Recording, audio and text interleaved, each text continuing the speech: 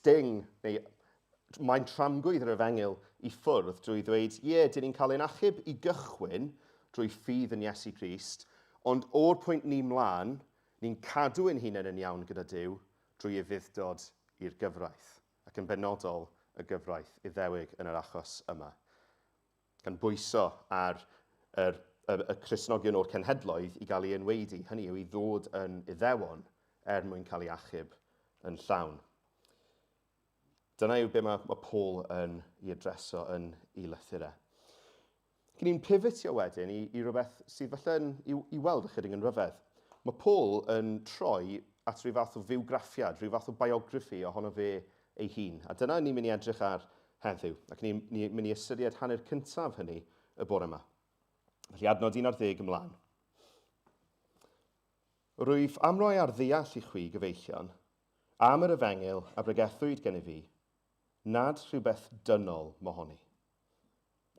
Oherwydd nid ei derbyn fel traddodiad dynol y wneithym, na chael fy nysgu yn ddi chwaith, trwy ddatguddiad Iesu Grist y cefais hi. Oherwydd fe glywswch am fy ymarweddiad gynt yn y grefydd Iddewig, i mi fod yn erlyd eglwys Dduw i'r eithaf, ac yn ceisio ei difrodi hi. Ac i mi gael y blaen fel crefyddwr Iddewig ar gyfoedion lawer yn fy nghenedl, gan gymaint mwy fy sêl dros draddodiadau fy hynafiaid. Ond dyma Dduw, am neilltuodd o groth fy mam, ac am galwodd trwy ei ras, yn dewis datguddio ei fab yno fi, mwyn i mi ei pregethu ymhlith y cenhedloedd. Ac ar unwaith, heb ymgymhori â neb dynol, a heb fynd i fyny i Jerusalem chwaith at y rhai oedd yn apostolion o'n blaen i, eithym i ffwrdd i Arabia, ac yna ddychwelyd i Damascus. Wedyn, ar ôl 3 blynedd, mi eithym i fyny i Jerusalem i ymgydnabyddu â Cephas, ac arhosais gydag ef am bythefnos. Ni welais neb arall o'r apostolion, ar wahân i Iago, brawd yr arglwydd. Ger bron Duw, nid celwydd yr wyf yn ysgrifennu atoch. Wedyn, eithym i diriogaeth Syria a Cilicia. Nid oedd gan y cynulleidfaoedd sydd yn Crist yn Judea ddim adnabyddiaeth bersonol ohonof, dim ond ei bod yn clywed rhai'n dweud y mae ein hirludiwr gynt yn nawr yn pregethu'r ffydd yr oedd yn ceisio ei difrodi o'r blaen, ac yr oeddynt yn gogoneddu Duw o'm hachos i. Ni'n diolch i'r arglwydd am ei air.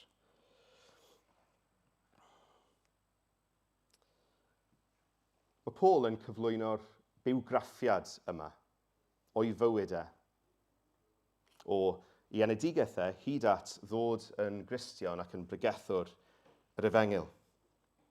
Pam bod e'n gwneud hynny i'r Galatiaid yn ei lythyr? Wel, mae yna 2 lefel. Mae Paul yn dymuno atgoffa'r Galatiaid o le mae e wedi dod. Right? Y Phariseiad fwyaf llym, fwyaf blaengar, right? The up-and-coming Pharisee yn ei genhedlaeth e. Dyna pwy oedd e. Mae eisiau atgoffa'r Galatiaid o hynny. A dangos iddyn nhw bod yr efengil yma mae e wedi derbyn yn rhywbeth sydd gan Dduw. Dyw e ddim yn rhywbeth dynol. Pam bod e'n gwneud hynny? Pam bod e mor bwysig yng nghyd-destun problem y Galatiaid bod Paul yn pwysleisio bod hwn gan Dduw? Cofiwch beth yw'r cyhyddiad mae'n dwyn yn erbyn y Galatiaid. I chi wedi plygu i bwysau crefyddol. Chi wedi plygu i bwysau ac erledigaeth crefyddol arweinwyr y synagog. Beth yw'r gwrth ddadl naturiol i hynny? Chi jyst yn ceisio plesio dynion? Wel, ti Paul, ti mond yn ceisio plesio'r apostolion yn Jerusalem. Dyna pwy ti'n ceisio plesio. Mae pob un ohono ni yn y bôn yn ceisio plesio rhywun dynol. Ti Paul jyst yn ceisio plesio'r apostolion yn Jerusalem. I neges nhw sydd gen ti. Neges y sect yma sydd wedi codi o Galilea.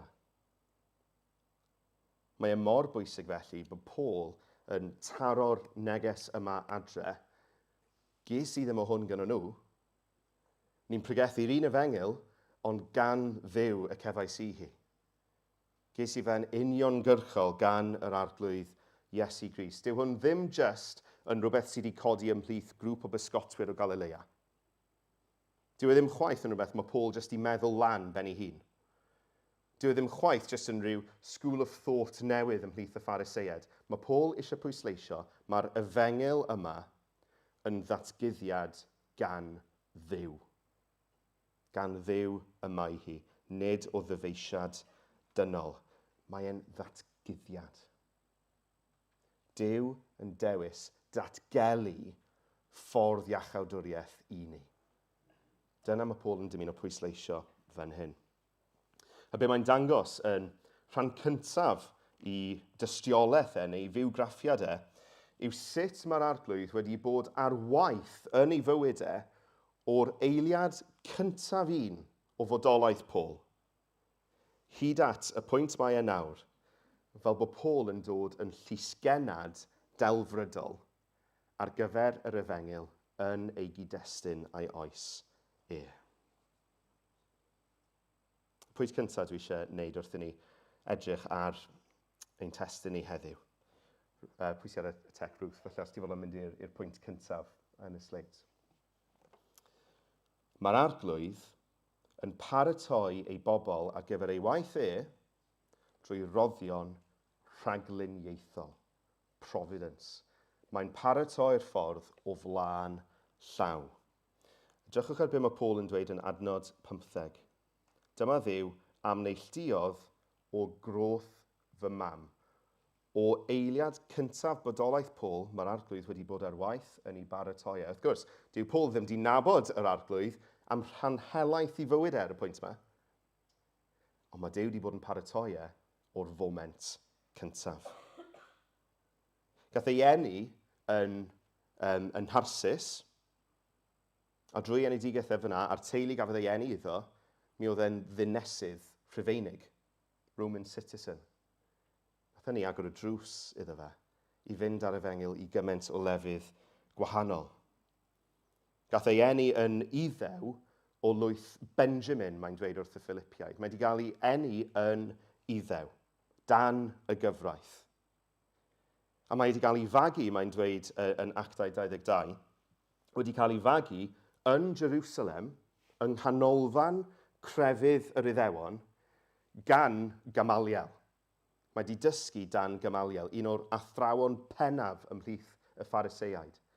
So dyma boi sydd â statws daearol, mae cadw y gyfraith yn spot on, cyd a fod y Phariseiaid yn gofyn, a wedi cael ei ddysgu yn yr ysgrythyr gan yr athrawon gorau.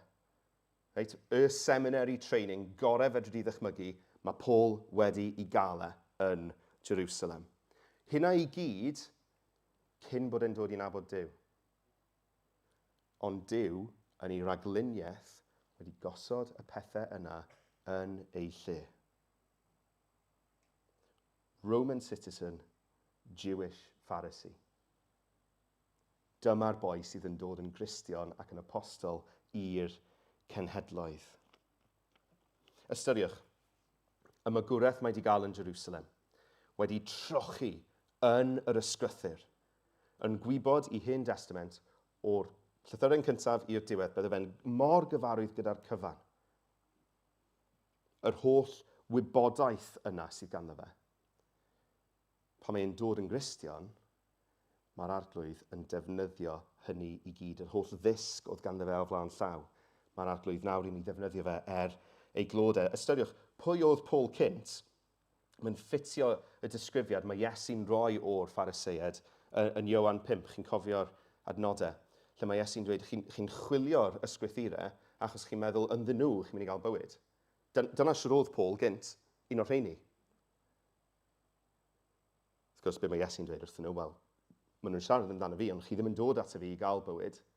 Be mae Iesu'n gwneud yn mywyd Paul, mae'n datgelu ei hun iddo fe.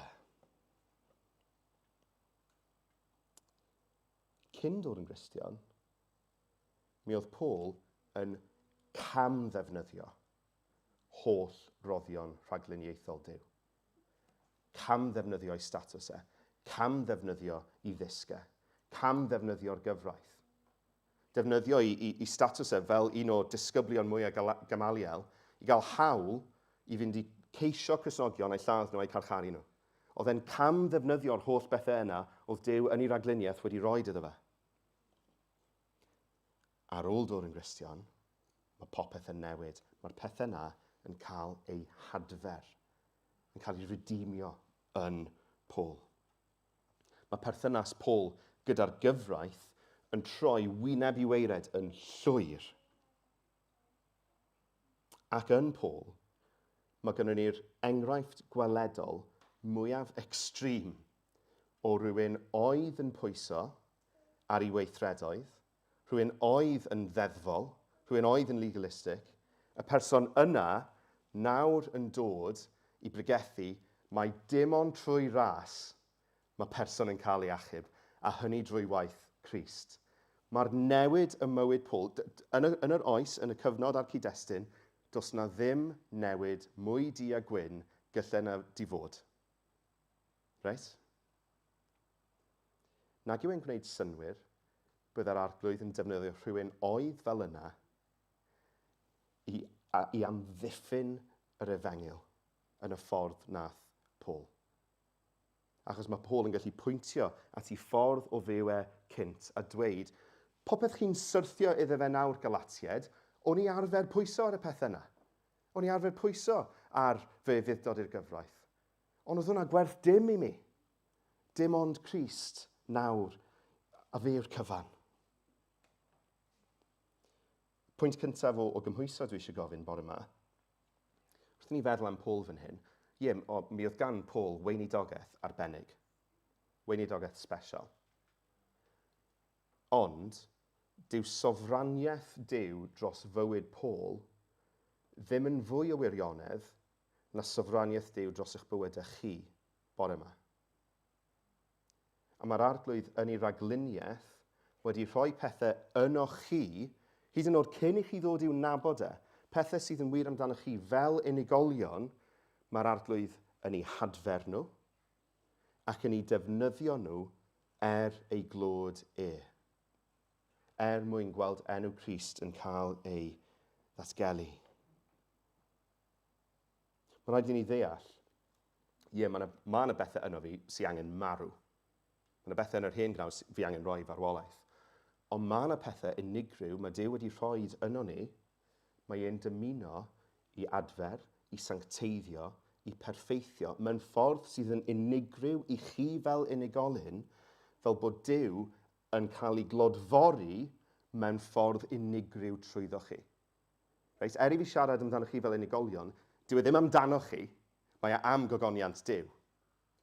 Ond mae e wedi rhoi pethau yno chi fel unigolion, fel nath e'n Paul, mae'n dymuno i adfer a'i defnyddio ei ogoniant e. Yr ail bwynt, wnawn ni archwilio hwn chydig yn fwy, mae'r arglwydd yn adfer ei roddion rhaglun ieithol. Nawr, nôl at y testun, beth oedd hynny'n edrych fel y mywyd Paul? Dewchwch ar adnod 16, lle mae'n dweud, ac ar unwaith, heb ymgymhori a neb dynol. Ac ar unwaith, heb ymgymhori a neb dynol, a heb fynd i Jerusalem chwaith, at y rhai oedd yn apostolion o'n blaen i, is i ffwrdd i Arabia, ac yna dychwelyd i Damascus.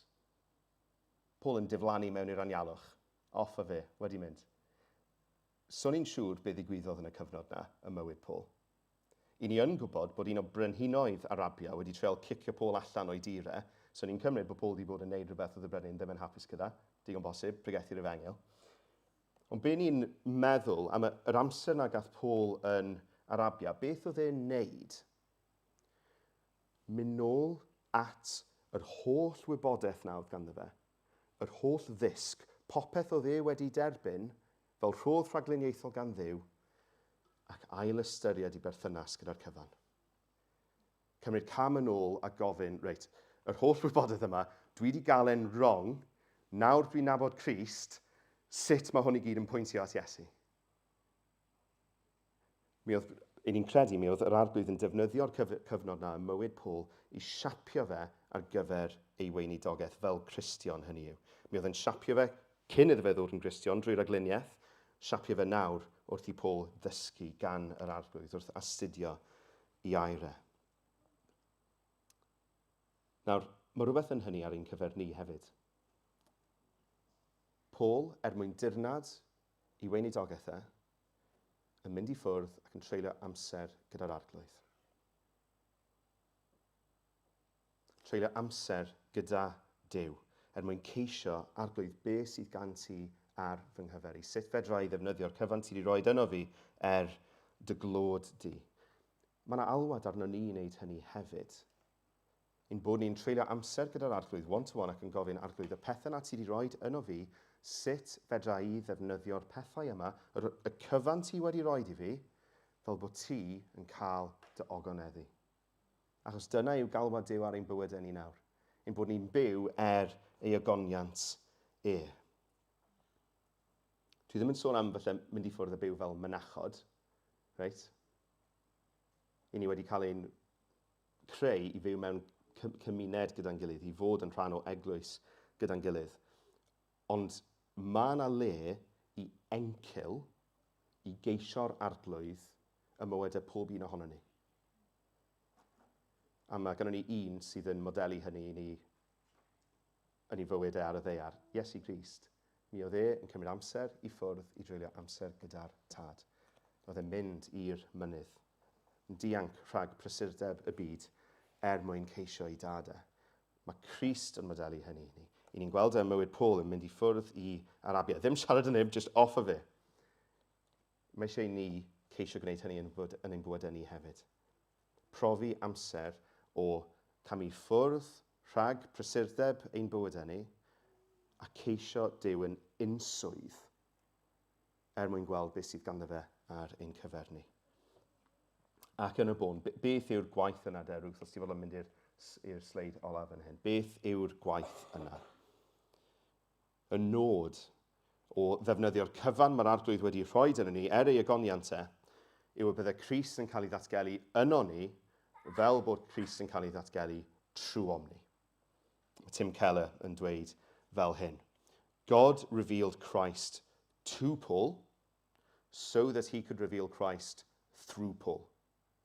Yr holl pethau yna oedd Duw wedi rhoi y mywyd Paul wedi wneud hynny fel bod Crist yn cael ei ddatgelu. Dinesydd Rhufeinig, agor y drws fel bod Crist yn cael ei ddatgelu. Phariseiad cynt, enghraifft mor glir, taw gras sydd yn ein achub ni, nid ein gweithredoedd ni. Oedd neb oedd yn gallu ymffrostio mwy na Paul yn ei weithredoedd. A fe hyd yn oed yn gweud yn y llythyr i'r Philippiad, mae'r cyfan yna gwerth dim i fi, fi'n ei ystyried nhw'n sbwriel o gymharu â'r rhagoriaeth nabod Crist. Drwy fywyd ac i desna sefyllfa bywyd Paul, Crist yn cael ei ddatgelu i eraill. Eto, mi oedd hwnna yn weinidogaeth arbennig y mywyd Paul, ond dyw e ddim yn llai gwir i ni heddiw. Mae yna ffyrdd, dim ond chi, fel Cristnogion, sydd yn gallu dangos gogoniant Duw yn y ffordd unigryw mae Duw yn galw chi i'w wneud e. Dyna yw gofal Duw a pwrpas Duw ar gyfer pob un ohoni fel unigolion. Gymaint yw ei sylw i'r manylion, mae e wedi paratoi gweinidogaeth penodol ar eich cyfer chi fel bod Crist yn cael ei ddatgelu trwy chi. Yn eich teuluoedd chi. Dim ond Elain sydd yn fam ar Hannah a Joseph a Mabli. Mae hynny'n weinidogaeth unigryw fel bod Crist yn cael ei ddatgelu trwy Elain i'r plant. Sneb arall yn gallu gwneud hynny yn y ffordd mae Elain yn gallu ymwydau'r plant yna. A mae Duw yn ei ragluniaeth wedi paratoi hynny. A mae'r un peth yn wir ar gyfer bob un ohono ni yma. Enghraifft arall i chi, ystyriwch Rhiannon.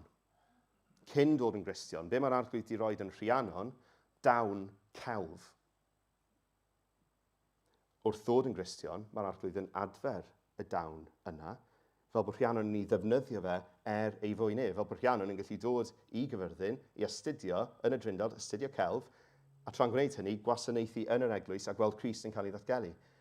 Mi oedd y rhodd rhagluniaethol yna yn Rhiannon cyn iddi ddod yn Gristion. Yn rhan o'i natur hi, be mae Duw wedi rhoi yn hi o groth i mam hi. Ond nawr, yn byw dros Grist, mae'r arglwydd yn adfer ac yn defnyddio ei ogoniant Be ni eisiau yn ein bywydau ni, adnod 24, diwedd y testun yma, bod Cristnogion eraill o'n cwmpas ni yn gweld sut mae Duw yn ein defnyddio ni fel unigolion, a ddim wedyn yn codi ni ac yn dyrchafu ni fel unigolion, na, yr oeddent yn gogoneddu Duw o'm hachos.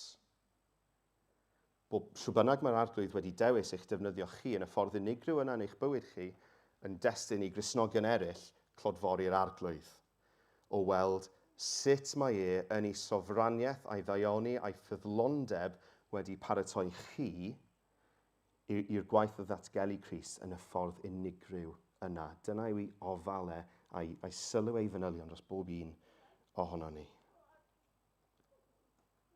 Felly, cwestiynau jyst i orffen y bore yma.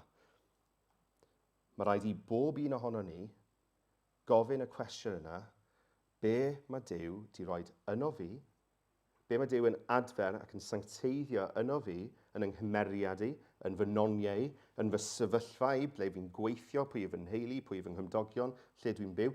Yr holl pethau yna, mae Duw yn sofran drostyn nhw ac yn dymuno defnyddio'r cyfan fel bod Crist yn cael ei ddatgelu. Nawr, chi sy'n byw bywyd chi sy'n angen gofyn y cwestiwn, gyda help Cristnogion eraill wrth gwrs, sut ydw i ddefnyddio'r pethau mae Duw wedi rhoi yno fi fel bod Crist yn cael ei ddatgelu. Achos dyna yw ein nod. Gweld yr arglwydd Iesu yn cael ei ddyrchafu drwy y cyfan mae Duw wedi rhoi i ni. Mi oedd gan yr arglwydd alwad penodol i Paul fel apostol i'r cenhedloedd. Diolch i Dduw am y gwaith nath yr arglwydd trwy Paul. Mae ganddo fe alwad penodol ar gyfer bob un ohono ni sydd yn ei nabod e. Mae yna ddyletswydd arno ni i geisio dirnad yr alwad honno, a wedyn mae'r cwestiwn yn codi, ydych chi'n mynd i ymateb i'r alwad honno? Ydych chi falle mynd i weld, fi yw y Cristion yn fy nheulu. Mae'r arglwydd yn galw fi i dystio iddyn nhw. Dyna yw'r alwad. Y cwestiwn yw, newch chi ymateb? Newch chi gyhoeddi Crist? Newch chi ddatgelu Crist trwyddo chi i'r bobl yna? Neu falle yn eich gweithle. Falle mae chi yw y Cristion yn eich gweithle chi. Yn hytrach na meddwl, mae mor anodd byw. Mae gweithio yn yr environment secular yna, dwi eisiau cael allan. Na, flipiwch hynny. Duw wedi rhoi chi yna. Mae'n sofran. Beth yw'r alwad? Datgelu Crist i'r rhai sydd o'ch cwmpas chi. Felly, yr anogaeth i gloi y bore yma. Cymerwch amser, one-to-one gyda'r arglwydd, i geisio fe ac i ofyn iddo fe arglwydd beth yw'r galwad sydd gen ti ar fy nghyfer i, fel bod pobl fel nathon nhw ymywyd Paul yn dy glodfori di o'm hachos i. Yn diolch i Dduw bod e'n dymuno defnyddio ni bechaduriaid fel bod y efengil gras yn cael ei gyhoeddi. Ac yn benodol, diolch iddo bod e wedi dewis ni fan hyn fel eglwys i gyhoeddi Crist i gyfyrddin yn ein oes ni. Dyw hynny ddim yn ddamwain. Mae'r arglwydd wedi paratoi'r ffordd i ni wneud hynny. Felly awn ni ymateb. Amen. Dyn ni am ganu 2 emyn i orffen. Yn y lle cyntaf, mor fawr wyt ti wrth i ni fyfyrio ar sofraniaeth a pa mor fawr yw'r arglwydd yn trefnu'r cyfan fel ein bod ni yn gallu cael ein defnyddio yma. Ac yn ail wedyn, sicrwydd bendigaid. Wrth i ni ganu, dyma fy stori, dyma fy nghân. Mae'n tystiolaeth ni gyd yn mynd i fod chydig bach yn wahanol, ond mae gennym ni gyd sydd yng Nghrist, mae gennym ni gyd Crist yn rhan. Ac felly ni gyd yn gallu canu gyda'n gilydd, dyma yw ein stori. Newn ni sefyll i canu gyda'n gilydd.